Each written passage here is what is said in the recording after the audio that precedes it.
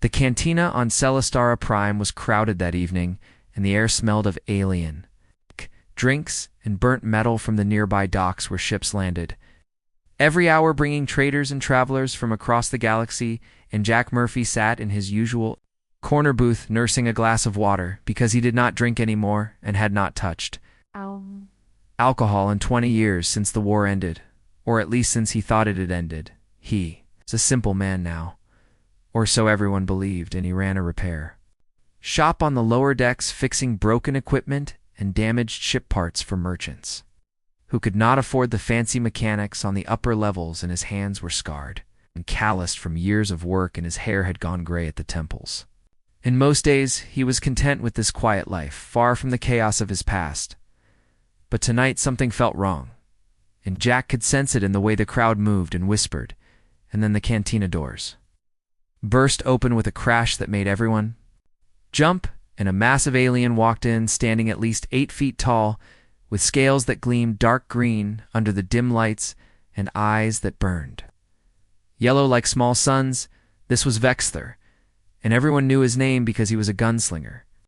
from the Craxian Empire, and he had killed 17 warriors in formal duels across 5 systems, and now he had come to Celestara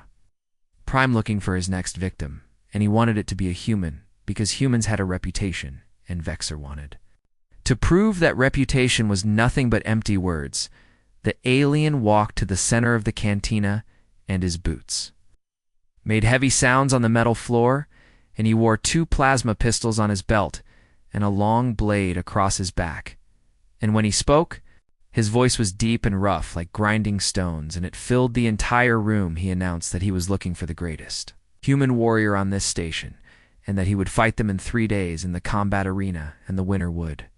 take everything, and the loser would take nothing because they would be dead. And the crowd went silent because nobody wanted to face Vexthor. And most of the humans in the cantina looked down at their drinks, or suddenly found the walls very interesting. Jack watched from his corner, and something stirred inside him, and it was not fear, but something older and colder and more dangerous, and he remembered things he had tried to forget for 2 decades, and faces of people who died screaming, and the sound of energy weapons tearing through metal, and the smell of burning flesh, and the feeling of holding a rifle that grew hot from constant firing. Vex laughed at the silence and mocked the humans, and called them weak, and said their reputation was built on lies and propaganda, and that they had never truly fought a real warrior. And his voice dripped with contempt, and several humans in the crowd looked angry, but none of them stood up because they knew what would happen if they did. Then Jack spoke, and his voice was quiet, but it cut through the noise like a blade, and he said he would accept the challenge, and every head in the cantina turned to look at him, and Vexthor turned too, and his yellow eyes narrowed as he studied the gray-haired man in the corner booth who looked like nothing special. The alien laughed again, and this time it was louder and more mocking, and he asked if the humans were so desperate that they would send an old mechanic to die, and several aliens in the crowd joined in the laughter, and even some humans looked embarrassed and turned away because they thought Jack was making a mistake. But Jack stood up slowly and walked toward Vexthor, and his movements were calm and steady, and there was something in the way he carried himself that made a few people in the crowd go quiet again, because they recognized that walk, and it was the walk of someone who had killed before and would kill again if necessary. He stopped a few feet from the massive alien and looked up at him without fear, and said the terms were acceptable, and 3 days would be enough time, and they would meet in the combat arena and settle this properly. And Vexthor grinned, showing rows of sharp teeth, and he reached out one clawed hand for Jack to shake and seal the agreement. Jack took the hand and shook it, and his grip was firm and strong, and for just a moment Vexthor felt something unexpected, and it was the grip of a warrior and not a simple mechanic. In a flicker of doubt crossed his face, but it was gone quickly, and he released Jack's hand and declared that in 3 days the human would die, and his reputation would add to the growing legend of Vexthor, the undefeated. The crowd erupted in noise, and everyone was talking at once, and some were placing bets, and others were trying to convince Jack to back out before it was too late. And a few station security officers pushed through the crowd to make sure the agreement was recorded properly, because formal duels were legal on Celestara Prime as long as both parties agreed and there were witnesses. Jack ignored all of them, and walked back to his booth and sat down and picked up his glass of water and drank slowly, and his hand did not shake, and his face showed nothing, and after a while the crowd lost interest and went back to their drinks and conversations, and Vexter left the cantina with his entourage of Craxian warriors who followed him everywhere, but not everyone stopped watching, and in the shadows near the back wall, a figure observed everything, and she had been there the whole time, though nobody noticed her because she was very good at not being noticed, and her silver eyes glowed faintly in the darkness, and she wore a long cloak that hid most of her features. This was Lyra, and she was not human, and not from any species most people would recognize, and her ears came to elegant points, and her features were sharp and beautiful in an otherworldly way, and she had lived for more than 3 centuries, though she looked no older than 30 in human years. Beside her on a narrow beam near the ceiling, something small moved, and it was a creature no bigger than a cat, with scales that shimmered red and gold and tiny wings folded against its back, and smoke curled from its nostrils, and this was Ember, and she was a dragon, though most people who saw her thought she was just some exotic pet Lyra watched. Jack Murphy, with great interest and recognition, flickered in her ancient eyes, because she knew him, though it had been 20 years since their last meeting, and he looked older now and more tired, but she could still see the warrior beneath the surface, and she knew what he had been and what he could become. Again, if Push Timber chirped softly, and the sound was too quiet for anyone else to hear, and Lyra reached up and stroked the small dragon's head and whispered that yes, it was him, and yes, they had found him at last, and yes, the timing was unfortunate, because the darkness was coming back, and they would need him. Jack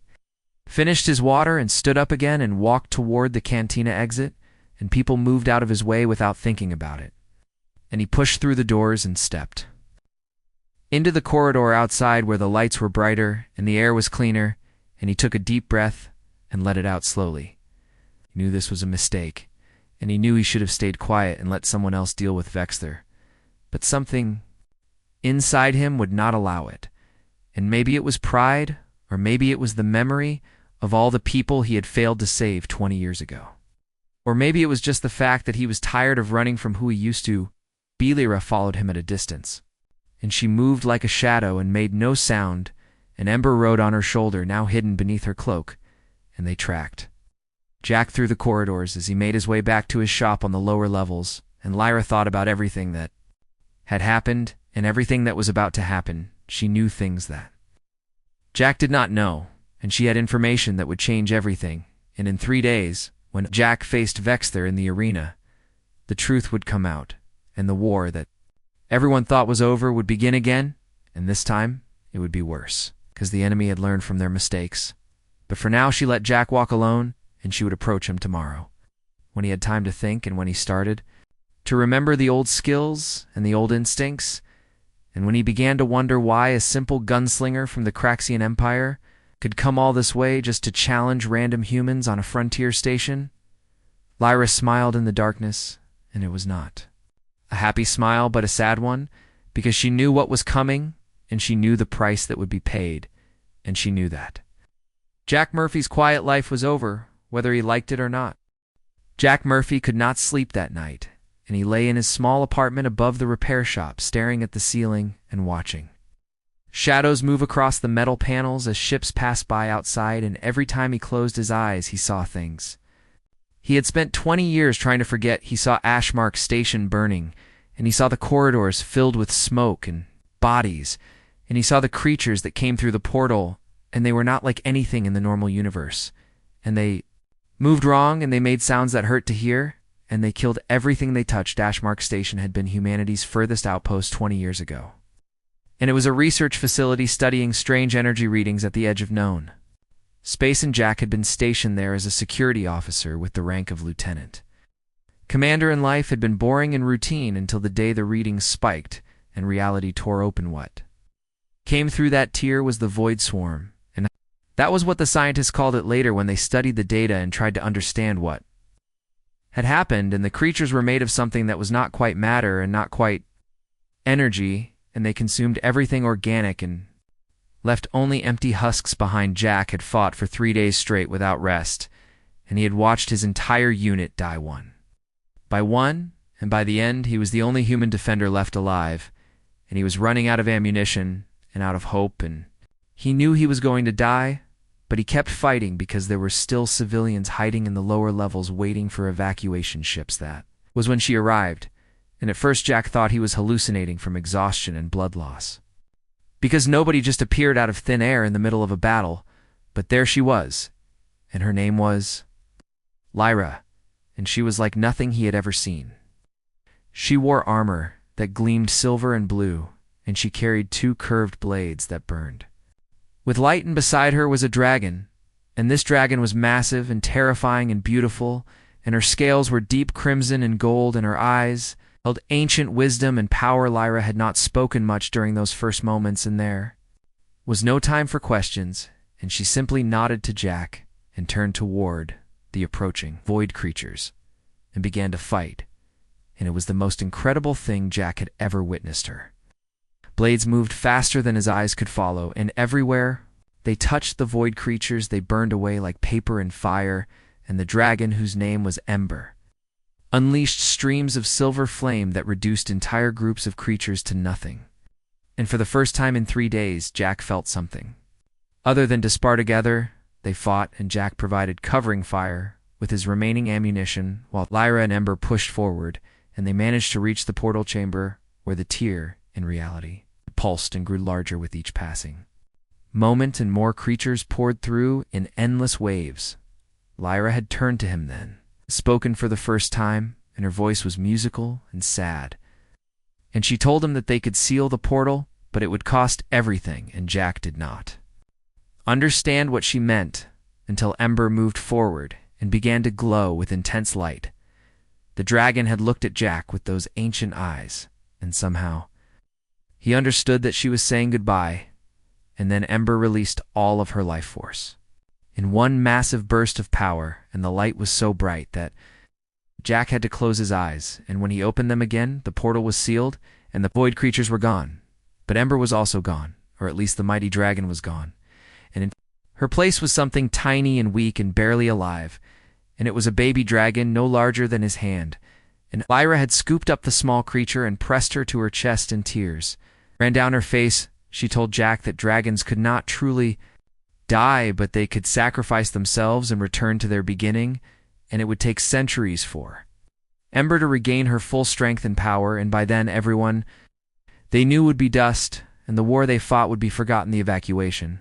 ships had arrived minutes later, and Jack and Lyra had been taken off Ashmark Station along with the surviving civilians, and Jack spent weeks in a medical facility recovering from his injuries, and when he was released, Lyra was gone, and he never saw her again until now.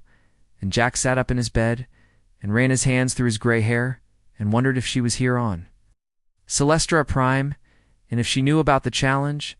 and if she knew that Vexter was not what he seemed, because Jack had felt something wrong when he shook the alien's hand. There had been a coldness that went deeper than flesh and bone, and it was a coldness Jack recognized from 20 years ago, and it was the touch of the void, and he had tried to convince himself he was imagining it, but he knew he was not. Morning came, and Jack went down to his shop and opened for business like always, and he tried to focus on work, but his hands remembered things his mind had tried to forget, and when he picked up tools, he found himself moving in patterns that had nothing to do with repair work and everything to do with combat. Training customers came and went, and Jack fixed their equipment and charged fair prices and acted like everything was normal, but inside his mind was racing and calculating and preparing, and by midday he had already started planning how he would fight. Vix Thorthought was when the shop door opened and Lyra walked in, and Jack knew it was her immediately, even though she wore a hood that covered her face, and even though 20 years had passed since their last meeting, and she looked exactly the same and had not aged a single day. She pushed back her hood, and her silver eyes met his, and for a long moment neither of them spoke, and then she smiled, and it was a sad smile, and she said it had been a long time, and Jack agreed that it had, and he locked the shop door and flipped the sign to close. They sat in the back room, where Jack kept his tools, and Lyra reached into her cloak and pulled out something small and warm and alive, and it was Ember, and the little dragon chirped when she saw Jack, and her eyes gleamed with recognition. Stared at the tiny creature and remembered the mighty dragon who had saved his life, and sealed the portal, and he felt something break inside his chest because this small, fragile thing was all that remained of that power. And Sacrifice Lyra explained that she had been searching for him for years, and that she needed his help, and that the Void Swarm was coming back, and this time they were more careful and more subtle, and they were corrupting people instead of just killing them. She told him that Vexthor was one of the corrupted, and that the alien did not even know it yet, and that the Void had planted seeds in his mind during a journey through deep space, and those seeds had grown and taken control, and now Vexthor was a weapon aimed at Jack. The challenge was not random, and it was not about reputation, and it was an assassination attempt because the Void remembered Jack Murphy, and it remembered Lyra, and it remembered what they had done at Ashmark Station, and it wanted them dead before the real invasion began. Jack listened to all of this, and part of him wanted to refuse and to say that he was done with fighting and that he had earned his peace, but he looked at little Ember, and he remembered all the people who died at Ashmark, and he knew he could not walk away. He asked Lyra what she needed him to do, and she said she needed him to be what he once was, and to remember his training, and to help her stop the Void before it spread too far. And Jack nodded slowly and said he would try. Lyra smiled again, and this time it was less sad, and she said that trying would be enough, and that they had 3 days to prepare, and that she would teach him things he never learned in the military, and things that her people had used to fight the Void for thousands of years. Ember chirped again and climbed onto Jack's shoulder and curled up there like she belonged, and her small body was warm against his neck, and Jack reached up and carefully touched her scales, and they were smooth and surprisingly softy. Asked Lyra where they should start, and she stood and drew one of her blades, and it gleamed in the dim light of the shop, and she said they would start with teaching him how to see the Void, and how to fight it, and how to survive against an enemy that existed outside the normal rules of reality. And so the training began, and Jack closed his shop for the next 3 days, and he and Lyra worked in secret, and Ember watched everything with her ancient young eyes, and slowly Jack Murphy began to remember who he used to be. The first day of training nearly broke. Jack and Lyra pushed him harder than any military instructor ever had. She made him move through combat forms that seemed impossible, and when he complained that his body was too old, she simply looked at him with those silver eyes and said that age was an excuse and not a limitation. She taught him to see energy fields and to sense the distortions that Void corruption created. And at first Jack saw nothing but empty air, but Lyra was patient, and she guided his perception until slowly he began to notice things that had always been there, but invisible. The station hummed with normal life energy, and people glowed faintly as they moved through corridors, and ships pulsed with the energy of their reactors, and all of it flowed in natural patterns that made sense. But when Jack focused on certain areas, he saw darkness, and it was not the absence of light, but the presence of something that consumed light. Lyra took him to the lower levels, where fewer people lived, and she pointed out dark spots on the walls and in the corners, and she explained that these were Void traces, and they were the footprints left behind when corrupted beings passed through, and Jack was shocked to see how many there were. The Void was already here, and it had been here for weeks or maybe months, and it was spreading slowly and carefully, and most people would never notice, till it was too late, and the invasion began in earnest. Ember helped with the training in her own way, and despite her small size, she could still breathe fire, and her flames were silver and pure, and they earned away Void corruption without harming normal matter, and she flew through the corridors of Jack's shop, burning away traces that had accumulated without him knowing. Jack watched the little dragon work, and he asked Lyra how long it would take for Ember to grow back to her full size. And Lyra's face became sad, and she said it might take 300 years, or it might take 1,000, and there was no way to know because dragon aging was tied to the amount of life force they accumulated. Every time Ember burned away Void corruption, she absorbed a tiny amount of pure energy, and over centuries this would help her grow, but it was a slow process, and Lyra had watched her partner shrink from a mighty beast to this small creature, and knowing she might not live to see Ember returned to glory. Jack felt a deep sadness at this, and he understood why Lyra fought so hard and why she had searched for him, and she needed allies because she could not do this alone, and her partner was vulnerable and weak, and the load was growing stronger. The second day of training focused on combat techniques, and Lyra taught Jack how to fight beings that did not follow normal physical rules, and she showed him where to strike, to disrupt void energy, and how to move so that corrupted opponents could not predict his actions. She also taught him about weapons, and she examined his old military rifle that he kept hidden under his bed, and she made modifications to it using crystals that glowed with soft blue light, and she explained that these crystals were from her homeworld, and they could channel energy that harmed void creatures. When Jack fired the modified rifle at a training target, the blast was different, and it had a silvery quality to it, and where it hit the target it left burns that looked like the marks Lyra's blades made, and Jack understood that he now had a weapon that could actually hurt the corrupted Lyra. Also gave him a small blade, and it was not as powerful as her swords, but it was sharp and light and infused with the same crystal energy, and she told him to keep it close because there would be moments in the coming fight when his rifle would not be enough. They sparred together, and at first Jack could not touch her because she moved like water and smoke, and she countered every attack before he finished making it, but slowly he began to adapt, and he remembered old instincts from his military days and combined them with her teachings. By the end of the second day, Jack was exhausted, but he was also sharper than he had been in 20 years, and his body ached in good ways, and his mind was clear and focused, and he felt alive in a way he had forgotten was possible. The third day brought revelation, and Lyra took Jack deep into the station's maintenance tunnels where almost nobody went, and they crawled through narrow passages until they reached a hidden chamber that Jack never knew existed inside. The chamber were bodies, and they were not dead, but they were not fully alive either, and they lay in rows connected to each other by dark tendrils that pulsed with sick energy, and Jack counted at least 30 people, and all of them were residents of Celestara. Prime Lyra explained that this was a void nest, and the corrupted used these places to slowly transform normal beings into vessels for the swarm, and once the transformation was complete, these people would become weapons, and they would attack from within. When the invasion started, Jack felt rage building inside him, and he wanted to destroy the nest immediately. But Lyra stopped him and said they needed to be careful because disturbing it too soon would alert the void, and Vexor would know they were coming instead. They documented everything, and Ember marked the location with a special flame that only Lyra and Jack could see, and they planned to return after the duel and cleanse the nest properly. As they crawled back through the tunnels, Jack asked Lyra about her people and where they came from and why they fought the void, and she was quiet for a long time before answering. She told him that her race was called the Etheran Elves, and they were ancient beyond human understanding, and they had existed long before humans discovered fire,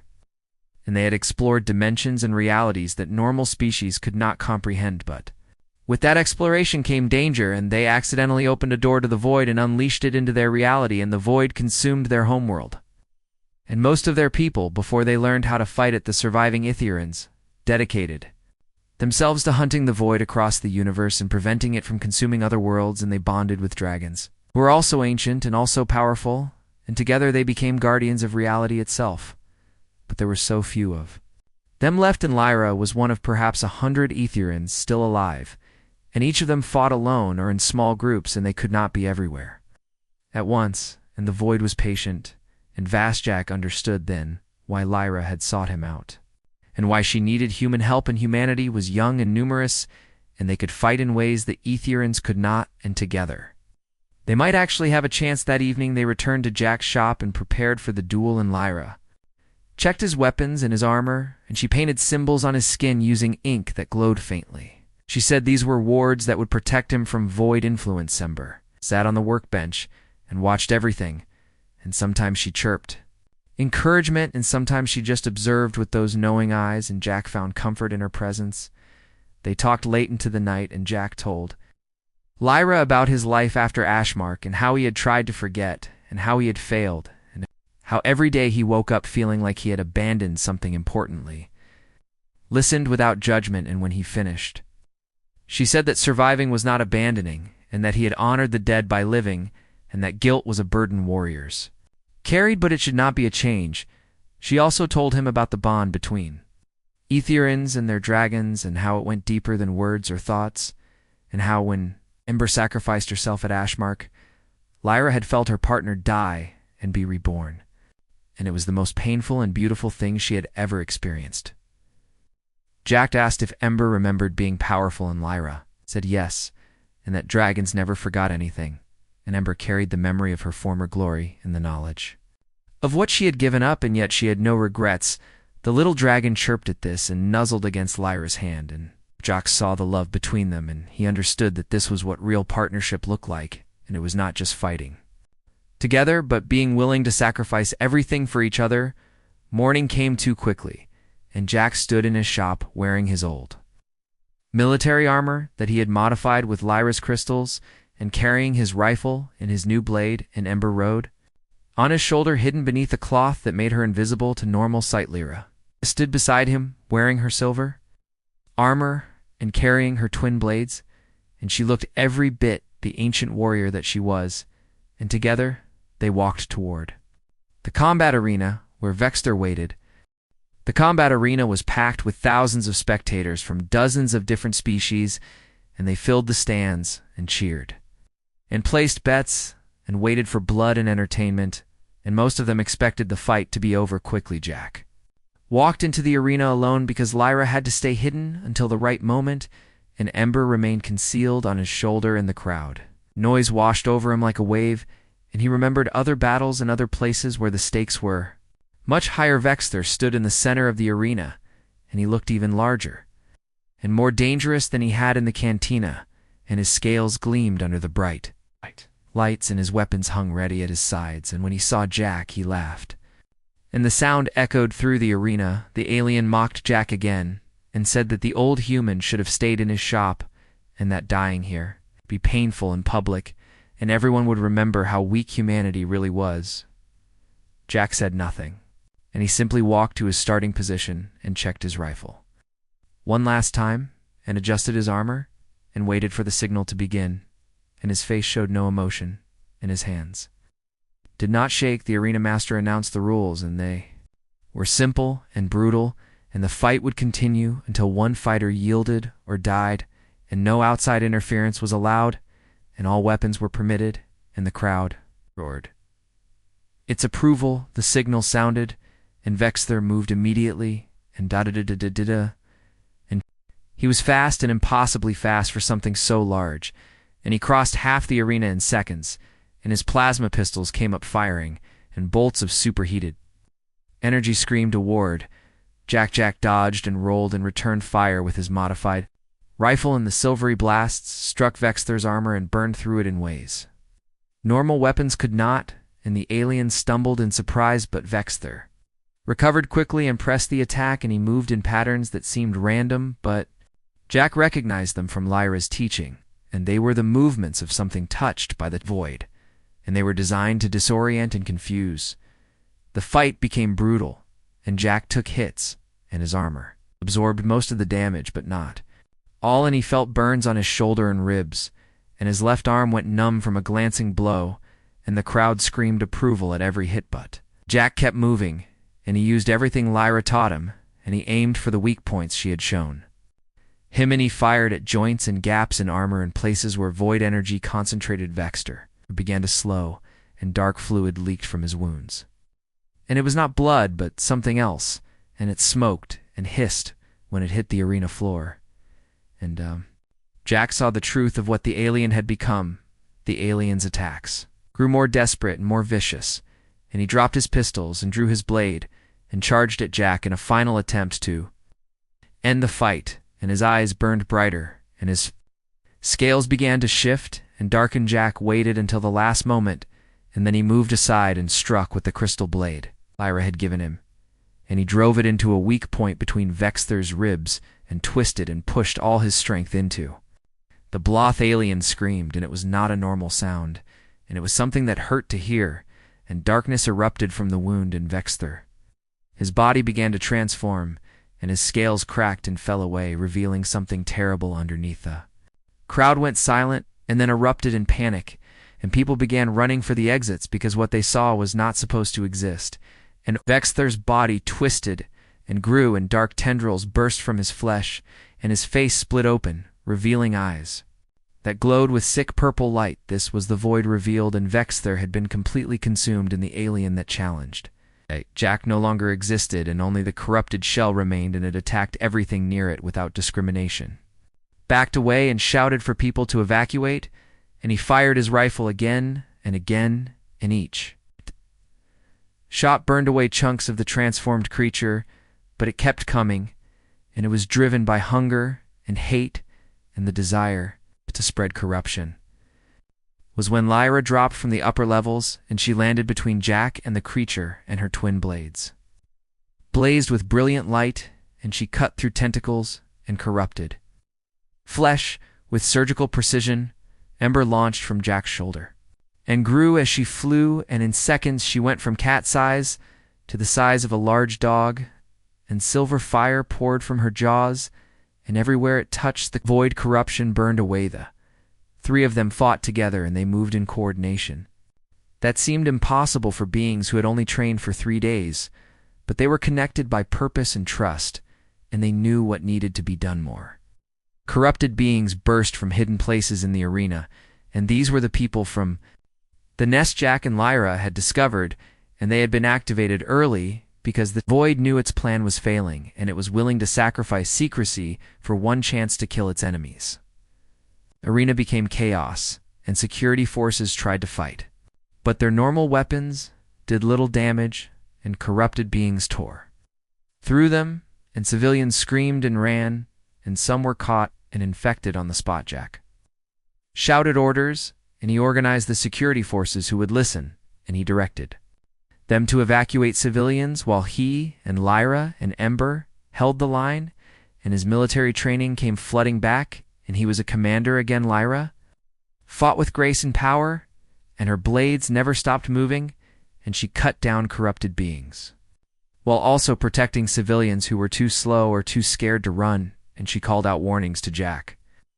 When threats came from his blind spots, Sember had grown to the size of a horse now, and she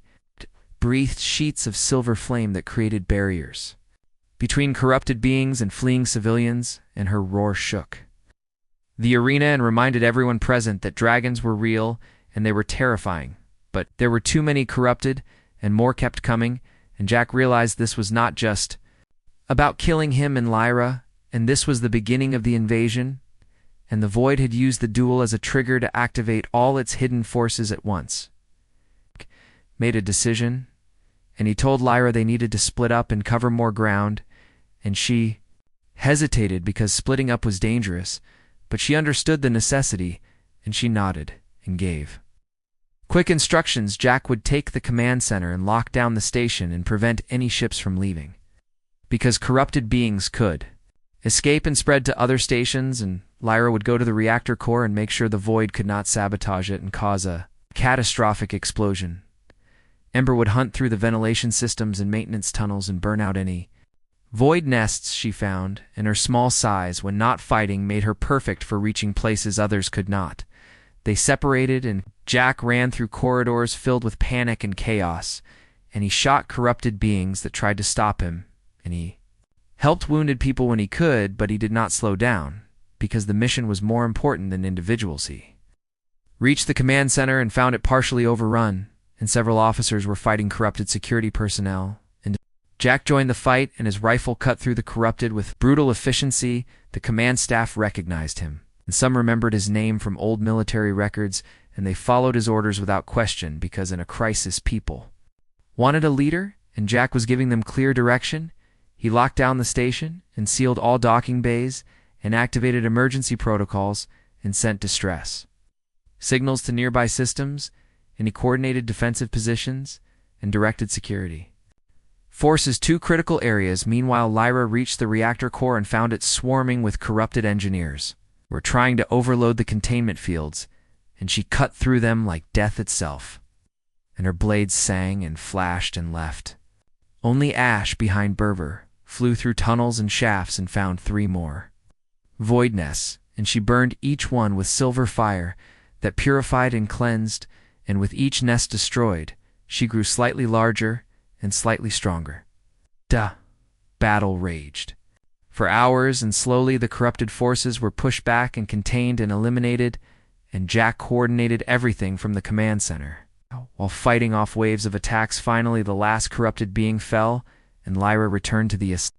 command center covered in dark stains and breathing hard. And Ember flew in through a vent and landed on a console, and she was now the size of a large dog permanently, and she would not shrink back down. Looked at his companions, and they looked at him, and they were all wounded and exhausted, but they were alive. They had won this battle, even though they all knew it was just the beginning. The station medical bay was overwhelmed with wounded, and Jack helped where he could, but mostly he stayed out of the way because doctors and nurses knew their jobs better than he did, and his skills were meant for breaking things and not fixing. The Vexler's body had been examined, and the alien was dead, but the void. Corruption had burned out before death, and in his final moments Vexler had returned to himself and whispered apologies to Jack for things he could not control. Jack felt sadness at this, because Vexler had been a victim and not a villain, and the real enemy was the void, and it used people like tools and discarded them when they broke, and this made Jack angry in ways that simple combat never did. Station authorities demanded answers, and Jack and Lyra stood before the council and explained everything about the void and about Ashmark Station and about the war that everyone thought was over, but had only been sleeping. At first, the council did not believe them. But then they examined the evidence and the bodies and the void traces that Ember could reveal, and slowly their skepticism turned to fear, and then to determination. Emergency transmissions went out to the Terran Defense Force and 2 other species, governments, and to anyone who would listen, and the message was simple and terrible, and the void swarm was real, and it was coming, and everyone needed to prepare. Jack received a call from Admiral Lisa Hart, and she was the current commander of Terran Defense, and she remembered Jack from 20 years ago, and she had read his file and knew what he had done at Ashmarks. Offered him reinstatement with full rank in command of defensive operations for the entire sector, and she said humanity needed warriors like him now more than ever, and she asked him to return to service. Jack looked at Lyra and Ember, and he thought about his quiet life and his repair shop and the peace he had tried to build, and he knew that peace was an illusion, and the only real peace would come after the void was defeated. He accepted the commission and became General Jack Murphy, and it felt strange to wear the uniform again after 20 years, but it also felt right, and he was no longer running from his past, but embracing it. Isla revealed that she had been sending signals to other Etherans for months, and they were gathering and responding to her call, and soon they would arrive with their dragon companions, and they would unite for the first time in centuries. The first to arrive was an Etherean named Kira, and her dragon was called Shade, and Shade was fully grown and magnificent, and her scales were deep blue and black. And when she landed on the station's exterior dock, the entire structure shook. Kira was a warrior like Lyra, but fiercer and less patient, and she had been fighting the void alone for 200 years, and she was glad to finally have allies, and she looked at Jack with respect because Lyra had told her what he did at Ashmark. More Ethereans came in the following days, and each brought their dragon, and each had their own story of loss and battle and determination, and some dragons were mighty and full-grown, while others like Ember were still recovering from ancient sacrifices. Jack met them all and learned their names and their histories, and he was humbled by what they had given up and what they continued to fight for, and he understood that humanity was lucky to have such allies. The Terran Defense Force mobilized, and ships began arriving at Celestara Prime in the station. Transformed from a trading post into a military stronghold, and fortifications were built and weapons were installed, and everyone prepared for war. Jack worked 18-hour days coordinating defenses and training personnel and planning strategies, and Lyra stood beside him as an advisor, and together they created a fighting force that combined human technology with Atheran knowledge. Ember continued to grow, and she was now the size